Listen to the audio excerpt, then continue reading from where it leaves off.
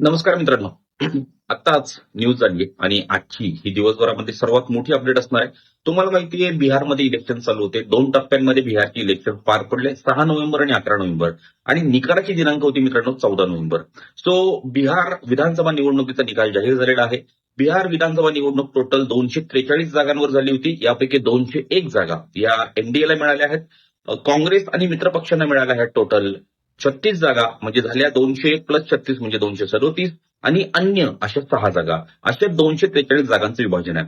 So पुन्हा एकदा बिहारचे मुख्यमंत्री म्हणून नितीश कुमार हे आपल्याला लवकरच शपथ घेताना दिसून येतील. सो मित्रांनो, या बिहार निवडणुकीला आपल्याला डिटेलमध्ये अनालिसिस करायचं.